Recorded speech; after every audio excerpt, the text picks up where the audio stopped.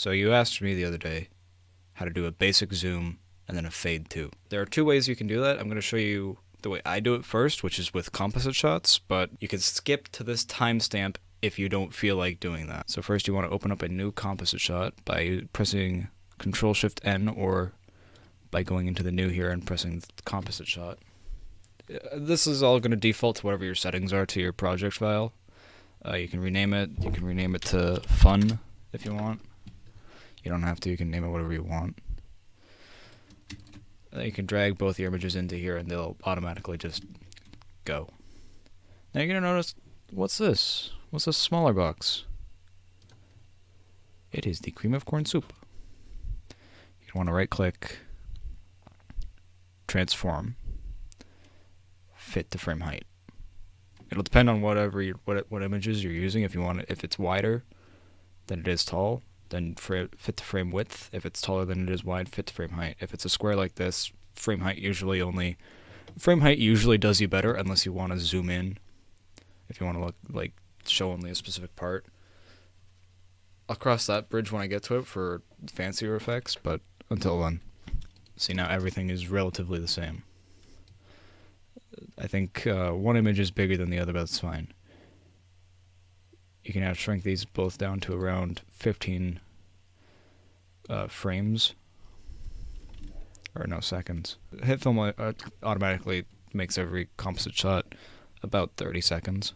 Unless you're specifically doing something from within the editor where it's like, oh, I have a fucking thing that's five frames long. Or I have a thing that's 15 hours long. It doesn't fucking matter. It'll automatically just make it based off of what parameters you set within the editor for the thing. And it's automatically added. It's great. It's a really good feature and I really like it. So now let's get into the meat of the thing. Opacity controls transparency. Anchor point. It's that little thing in the center where all of the gizmos are attached to. It kind of tells you where it's going to be operating everything from. The position, it's exactly what you expect it is. It's the position. It tells you where it is in the thing. Scale, controls scale. Rotation, it's how much it turns. Now these circles all down here are pretty important. They're all keyframes. They basically tell the program where you want things to move, how you want them to move, and at what kind of interval. Now you want to go and make it just kind of a little bit before the fade, which is usually around here. You want to press that, come back, type in 0, or you can scale it down to 0. Yeah, no, scale it down to 0 always, because if you go any lower than 0, it's going to come back up and be upside down and look bad. Sorry, I have a bit of a sore throat today.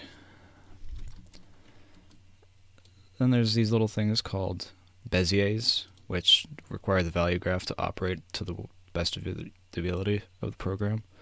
And you can just kind of modify it to the way that you want. It's cool. I don't use them often anymore, but that's because I haven't really been needing to.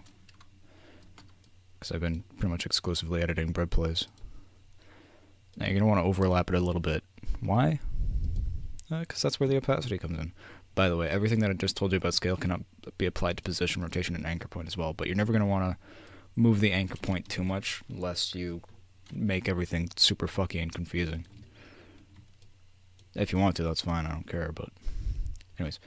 Opacity. Right at the start of the second picture, you want to pin the 100% opacity.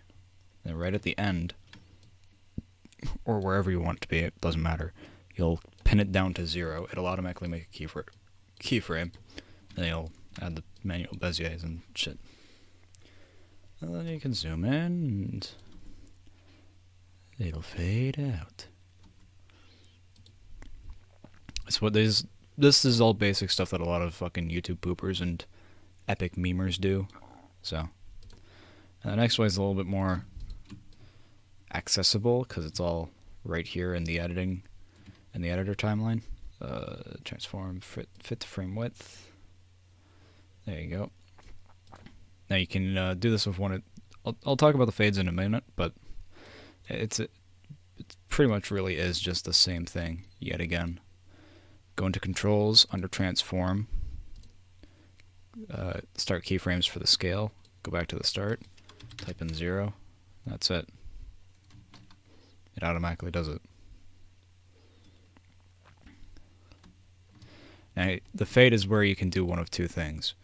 You can bring this first image or the second image, doesn't matter. Alright, so I was just editing it, and I was just editing the video you're currently watching it, and I feel like I didn't explain this part well enough, but if you want to move this up without having to worry about moving it too many layers up, because as you can see I moved it 3 or 2 layers up instead of just 1 layer up, something you can easily do is, I think Hitfilm began adding just a second video later automatically, but what you can do is you can either just drag it up, or you can insert a track, and then you can move it up. It makes your life a lot more easier if you just do that and then you name everything, because then you're keeping a better track of everything. But that's entirely up to you. You can just drag it or add a layer. The same thing goes with the audio track. You just got to move it downwards instead. Up to top, right at the start of the same image, second image. You can go into controls, start with the opacity, go to the end, remove all the opacity. There you go, look at that. Whoop. It's the same thing with if you move this to the top, but instead you just invert these. And it's like, you feel? But since I feel like you're not a part of that life, you can go into effects under transitions video and into dissolve. Well, you can do it one of two ways. You can do a cross dissolve, which just directly fades it from one to the other, or you can do a fade to color, which adds any color that you want that's customizable. You can make it fucking piss fucking yellow for all I care and really piss Convo off. That's dope.